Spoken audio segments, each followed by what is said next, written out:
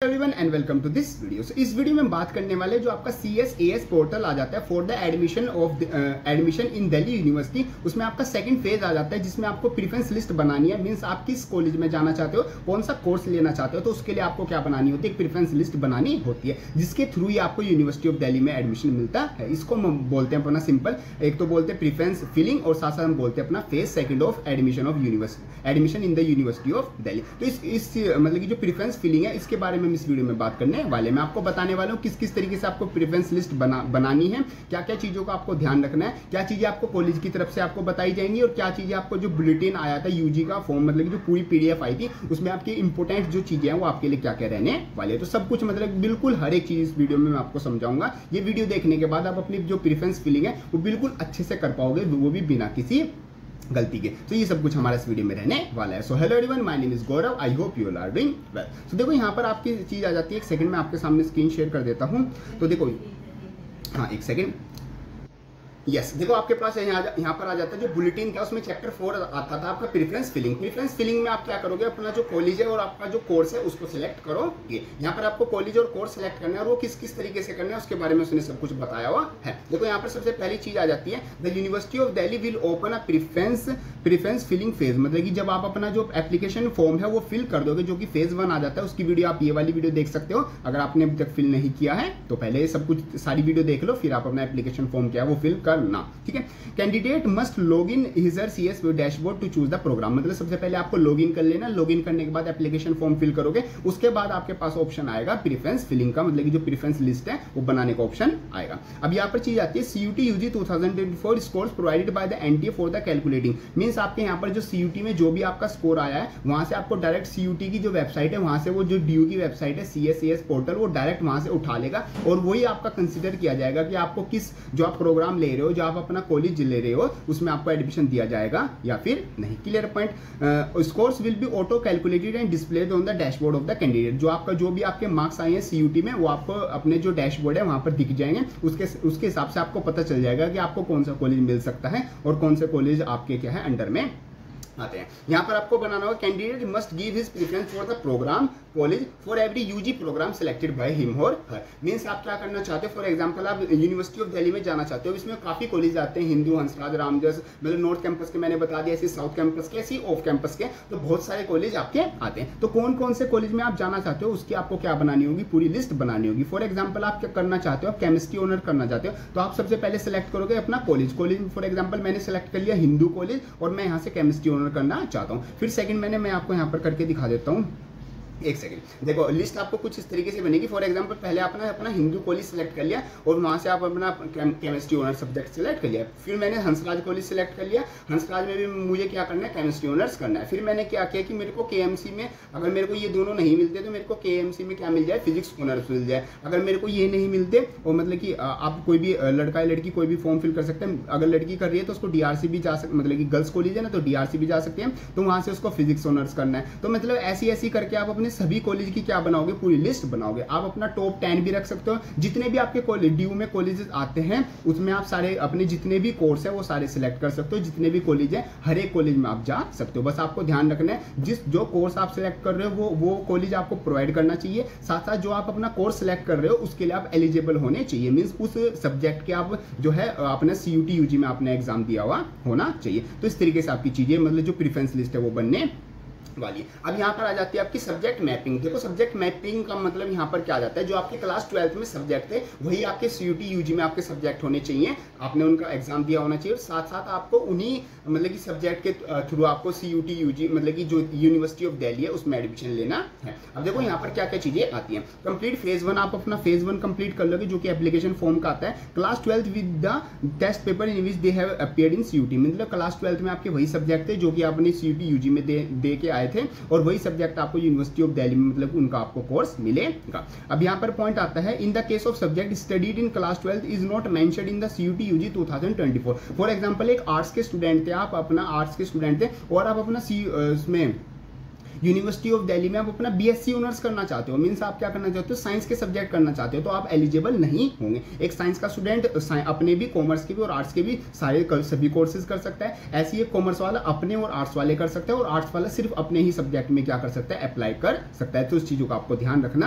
है। Clear point. Next यहाँ पर चीजें आ जाती है, और यहाँ पर एक और चीज आ जाती है, general test of the CUET UG will not be mapped to any subject. Means अगर आपने जनरल टेस्ट दिया है तो वो कोई सब्जेक्ट कंसीडर नहीं किया जाता, वो आपका सिंपल जब कंसीडर किया जाता है जब आप अपना सब्जेक्ट क्रिस क्रॉस कर रहे हो, मतलब आप कोई और से स्ट्रीम में जाना चाहते हो, तो वहां पर आपसे जनरल टेस्ट आपका लिया जाता है।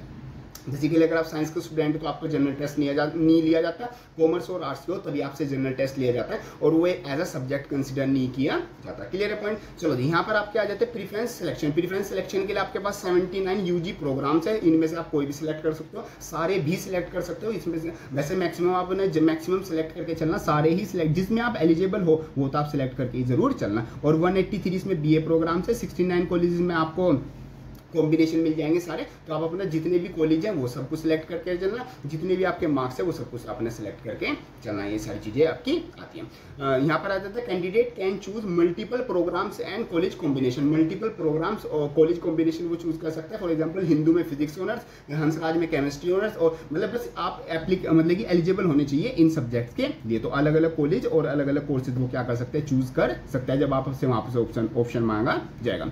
यहाँ पर अब एक और चीज आती है, use the advance filter option available on the top of the filter college for the program. Means आप फिल्टर भी यूज कर सकते हो, जिसकी हेल्प से आप पता लगा सकते हो कि आप किन किन कोर्सेज के लिए, किन किन कॉलेज के लिए एलिजिबल हो। ये आप अपना जब फॉर्म फिल करोगे तो वहां पर सारी चीजें आपकी आ ही जाएगी। और यहाँ पर बात इस चीज का ध्यान रखना, ये जो मतलब यूनिवर्सिटी ऑफ दिल्ली का जो ये बुलेटिन है, ये बार बार आपको ये आउटमोस्ट केयर लिख लिख के भेज रहा है, क्योंकि अगर यहाँ पर आप कोई भी एक गलती कर देते हो तो आप उसको एडिट नहीं कर सकते, और वहां पर आपको क्या करना होगा, मतलब कि बस गलती अगर आपने कर दी तो सीधा एडमिशन प्रोसेस से आप बाहर हो जाओगे। तो हर एक चीज बहुत ध्यान से चलना। Clear point. चलो जी, it is the best interest of the candidate to choose any many programs. मतलब आप जितना चाहो, जितने चाहो उतने प्रोग्राम्स और कॉलेज आप क्या कर सकते हो, सिलेक्ट कर सकते हो, बस आप उसके लिए एलिजिबल होने चाहिए। Additional deletion of the preferences will not be allowed after the closure of preference filling. मतलब जब आपकी प्रेफरेंस फिलिंग कंप्लीट हो जाएगी और आप उसको एक बार सबमिट कर दोगे तो उसके बाद आप उसमें प्रेफरेंस लिस्ट में कुछ भी चेंज नहीं कर सकते। क्लियर है पॉइंट।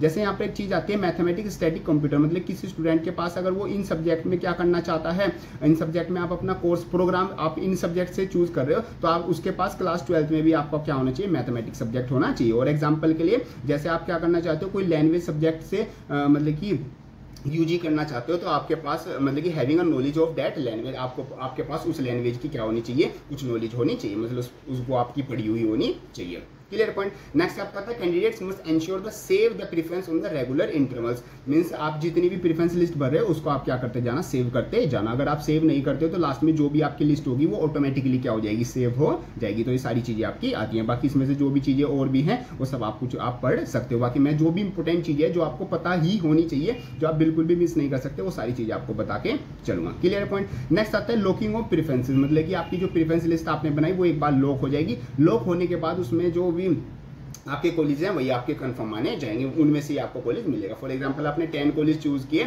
उसमें से अगर कोई 11वां कॉलेज है तो वो कंसीडर नहीं किया जाएगा, सिर्फ आपको 10 कॉलेज की लिस्ट आपको प्रोवाइड की जाएगी। क्लियर है point. Preference filling will not be allowed, मतलब कि वही है कि एडिटिंग इसमें कुछ भी अलाउड नहीं आपकी की जाती। क्लियर है। चलो नेक्स्ट आता है सिमुलेटेड रैंक। सिमुलेटेड रैंक्स क्या होता है, जैसे आपने प्रेफरेंस आपने फिल किया और उसके बाद क्या करते हो, मतलब सभी स्टूडेंट्स क्या करेंगे, प्रेफरेंस लिस्ट को बनाएंगे, तो सभी कॉलेज में कितने कितने स्टूडेंट्स ने किस कोर्स के लिए अप्लाई किया, तो ये सब मतलब इन्फॉर्मेशन ड्यू के पास पहुंच जाएगी। तो उसके हिसाब से वो क्या निकालता है, सिमुलेटेड रैंक निकालता है, मतलब किस स्टूडेंट की कौन से नंबर पे रैंक आती है। वैसे तो ये एडमिशन प्रोसेस के लिए यूज होती है, बट ये इतनी ज्यादा भी मतलब कि परफेक्शन नहीं होती कि अगर आपको रैंक दी हुई है तो इस हिसाब से आपका एडमिशन होगा। एडमिशन तो बेसिकली आपका जो सीयूटी में स्कोर आया उस हिसाब से आपका मतलब कि आपका एडमिशन होता है। तो ये सिमुलेटेड रैंक्स आपको शो होंगी, इनका इतना ज्यादा आपके लिए यूज नहीं है, सिंपल है। Simulated ranks in case of candidate wishes to update, revise and add, delete, record any preference may not be do at the same time. मतलब कि रैंक आपको जो दी जाएगी वो आपको दे दी जाएगी। और यहाँ पर एक और चीज आती है, हाँ, simulated ranks which are purely tentative ranks. मतलब ये क्या है, टेंटेटिव रैंक्स है, मतलब कोई फिक्स रैंक नहीं है जिनके थ्रू आपको एडमिशन मिलेगा। बस ये आपको एक आइडिया दे देगा कि आप कौन से नंबर पे आ रहे हो, आपने कितने बच्चों ने इस कोर्स के लिए और इस कॉलेज के लिए अप्लाई किया हुआ है। तो ये तो सिंपल आपकी ऐसी चीज आती है, तो इसके लिए इससे आपको मतलब कोई घबराने की जरूरत नहीं है। तो इस तरीके से आपका पूरा जो प्रोसेस आ जाता है ये पूरा प्रोसेस आ जाता है जो आपका प्रेफरेंस फिलिंग का। प्रेफरेंस फिलिंग का मैं और एक सिंपल वर्ड में आपको एक एग्जांपल लेके बता देता हूँ। देखो यहाँ पर एक चीज़ हम एग्जांपल लेते हैं। एग्जाम्पल ये आ जाता है, फॉर एग्जाम्पल आपने लिस्ट बनाई और लिस्ट आपने कुछ इस तरीके से बनाई, ये आपके मान लो फॉर एग्जाम्पल 1 2 3 4 5 6, ये आपने 6 कॉलेज सेलेक्ट किए हुए हैं। तो 6 कॉलेज में फॉर एग्जाम्पल पहले आपने हिंदू सेलेक्ट कर लिया, फिर आपने क्या कर लिया, हंस राज कर लिया,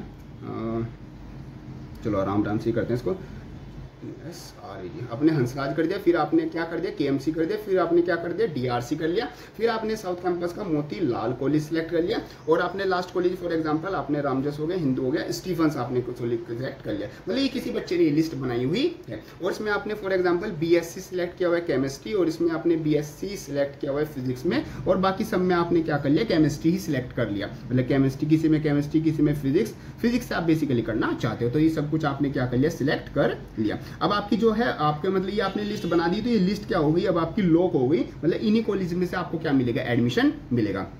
अब यहाँ पर क्या चीज रहेगी, अब आपकी जो कट ऑफ लिस्ट है वो आपकी मतलब कि बनाई जाएगी, फर्स्ट राउंड की कट ऑफ लिस्ट आएगी। फर्स्ट राउंड की कट ऑफ लिस्ट आने के बाद फॉर एग्जांपल आप इस कॉलेज में नहीं एलिजिबल हो, इसमें नहीं, आपको क्या है, 3rd नंबर का कॉलेज आपको जो केएमसी है वो मिल गया। तो ये जो नीचे के 2 कॉलेज हैं ये आपके लिए क्या हो जाएंगे, अब बंद हो जाएंगे, इनमें आप बिल्कुल भी नहीं जा सकते। या तो आप अपना जो केएमसी है उसमें जाओ, उसमें तो आपको जाना ही पड़ेगा, मीन्स उसको तो आपको एक्सेप्ट करना ही होगा। अगर आप एक्सेप्ट नहीं करते तो आपका एडमिशन भी कैंसिल कर दिया जाएगा, तो आपको केएमसी एक्सेप्ट ही करना होगा। अब यहाँ पर आप 2 ऑप्शन सेलेक्ट कर सकते हो। एक तो आप ऑप्शन सेलेक्ट करते हो GRAD अपग्रेड का, और एक आप सिलेक्ट कर सकते हो फ्रीज का। देखो अपग्रेड और फ्रीज किस तरीके से काम कर सकते हैं, वैसे तो आप ये वाली वीडियो देख लेना, इसमें मैंने बिल्कुल डिटेल में बताया है अपग्रेड फ्रीज आपको किस कोर्स के लिए कब करना है और किस तरीके से काम करता है। बाकी मैं शॉर्ट में बता देता हूँ। अगर आप ये वाला कोर्स सेलेक्ट करने के बाद आप अपग्रेड का ऑप्शन सेलेक्ट कर देते हो, तो इन 2 कोर्सेज मतलब ऊपर के जो 2 कोर्सेज में अगर कोई सीट वैकेंट रह जाती है तो उसके लिए आप क्या हो जाते हो, एलिजिबल हो जाते हो। अगर वहां पर कोई सीट वैकेंट रहती है तो आप उसके लिए क्या कर सकते हो, अप्लाई कर सकते हो। यहाँ पर अगर आप फ्रीज कर देते हो और इसकी मतलब की फी पे कर देते हो, सिंपल आपको ये वाला कॉलेज मिल जाएगा। ध्यान रखना जो नीचे के जितने भी कॉलेज है वो आपके लिए कट हो चुके होंगे, सिर्फ लिस्ट, इसलिए लिस्ट बहुत ध्यान से बनाना। जो सिर्फ ऊपर के कॉलेज है उसमें आप रीशफल कर सकते हो, नीचे के कॉलेज में आप कुछ भी काम नहीं कर पाओगे। तो इस तरीके से आपका जो पूरा प्रोसेस है वो आ जाता है। आई होप आपकी सारी चीजें अच्छे से समझ में आ गई होगी। बाकी फेज 1, ये फेज 2 और फेज 3 की वीडियो भी चैनल पर अपलोडेड है। ये तीनों फेज की वीडियो देखने के बाद ही अपना जो एप्लीकेशन फॉर्म है वो फिल करना, ताकि आपकी कोई भी गलती ना हो और आपकी सारी चीजें समझ में आ जाए। बाकी चैनल पर पहले से आपके लिए हेल्पफुल कंटेंट अपलोडेड है। पूरा CS पोर्टल का जो एप्लीकेशन फॉर्म है वो किस तरीके से फिल करना है, क्या क्या डॉक्यूमेंट्स कौन से रहने वाले हैं, आपका जो कंफर्मेशन ईमेल है वो किस तरीके से आएगा, क्या उनका साइज रहेगा डॉक्यूमेंट का, क्या उनका फॉर्मेट रहेगा, सब चीजें आपको पहले से अपलोडेड है। तो आप वहां से जाके वो प्लेलिस्ट सेक्शन में जाके वो जरूर चेकआउट कर लेना। बाकी हर चीज का लिंक डिस्क्रिप्शन में आपको मिल जाएगा। सो इस तरीके से आपकी वीडियो आ जाती है। ये वाली वीडियो हेल्पफुल लगे तो उसको लाइक जरूर कर देना, एंड यस जाते वक्त चैनल को सब्सक्राइब जरूर कर देना, एंड यस अपनी ये वीडियो अपने दोस्तों में भी जरूर शेयर कर देना। उनको अगर कोई प्रॉब्लम आ रही होगी तो उसको क्या कर लेंगे, मतलब उसको भी टैकल डाउन करके उसको सॉल्व कर लेंगे। बाकी मेरे को इंस्टाग्राम पर मैसेज कर देना आपको कोई भी किसी भी तरीके की प्रॉब्लम आती है तो। सो मिलते हैं अपनी नेक्स्ट वीडियो किसी नेक्स्ट हेल्पफुल वीडियो में, तब तक के लिए थैंक यू।